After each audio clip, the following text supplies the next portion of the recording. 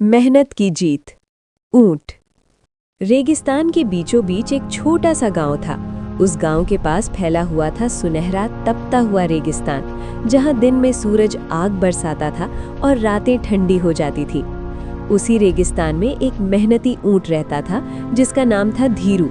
धीरू कोई साधारण ऊंट नहीं था, वो बहुत शांत, समझदार और सबसे बढ़कर मेहनती था।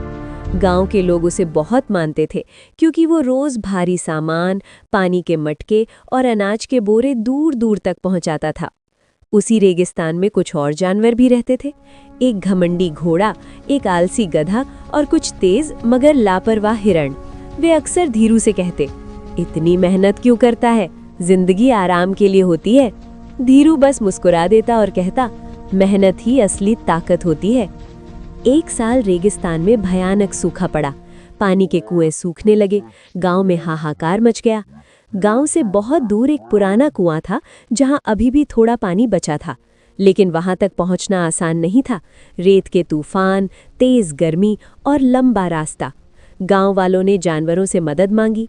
घोड़ा बोला, इतनी दूर नहीं जा सकता। गधा बोला, धूप बहुत तेज है। हिरण डरकर भाग गए। तब धीरू आगे आया और बोला, अगर मेहनत से गांव बच सकता है तो मैं तैयार हूं। धीरू ने अपनी पीठ पर पानी के मटके लादे और चल पड़ा। रास्ते में उसके पांव रेत में धंसते, सूरज उसकी पीठ जलाता, लेकिन वो रुका नहीं। कई बार उसे लगा कि अब और नहीं चल पाएगा, पर उसे गांव के बच्चों के चेहरे याद आ जाते। 3 दिन और 3 रातों की कठिन मेहनत के बाद वो कुएं तक पहुंचा, पानी भरा और वापस लौट आया।